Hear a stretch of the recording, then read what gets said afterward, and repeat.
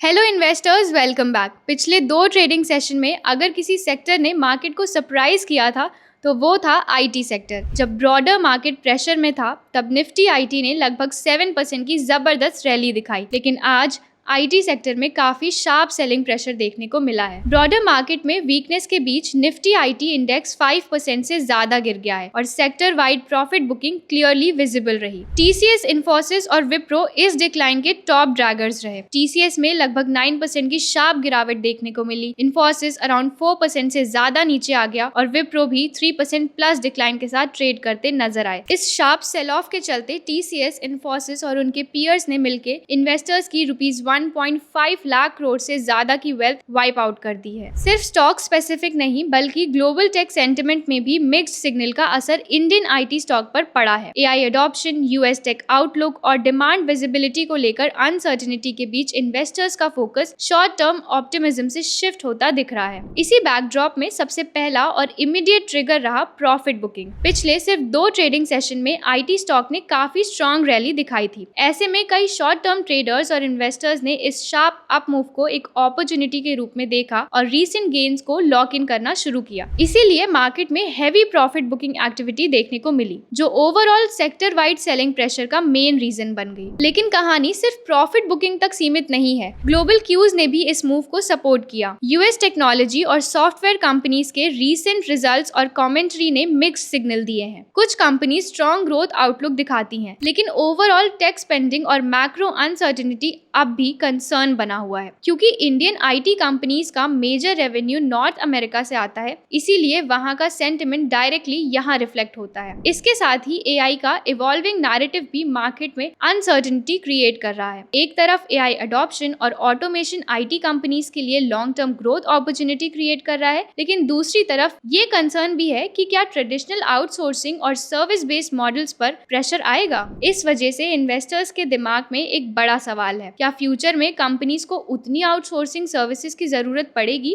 जितनी आज पड़ती है? सच ये है कि इसका जवाब अभी किसी के पास नहीं है। एआई ट्रेडिशनल आईटी कंपनीज के लिए एक बड़ा ग्रोथ अपॉर्चुनिटी भी बन सकता है और बिजनेस मॉडल के लिए चैलेंज भी। इसी अनसर्टेनिटी की वजह से सेंटिमेंट में इतने शार्प स्विंग्स देखने को मिल रहे हैं। आपका इस डेवलपमेंट पे क्या व्यू है? क्या आपको लगता है एआई आईटी कंपनी के ग्रोथ इंजन को और पावरफुल बनाएगा या ट्रेडिशनल आउटसोर्सिंग मॉडल के लिए चैलेंज क्रिएट करेगा? कमेंट्स में अपने ओपिनियंस जरूर बताएं। अगर वीडियो पसंद आई हो तो लाइक करें, चैनल को सब्सक्राइब करें और बेल आइकन प्रेस करना ना भूलें। Thank you for watching. मिलते हैं नेक्स्ट वीडियो में।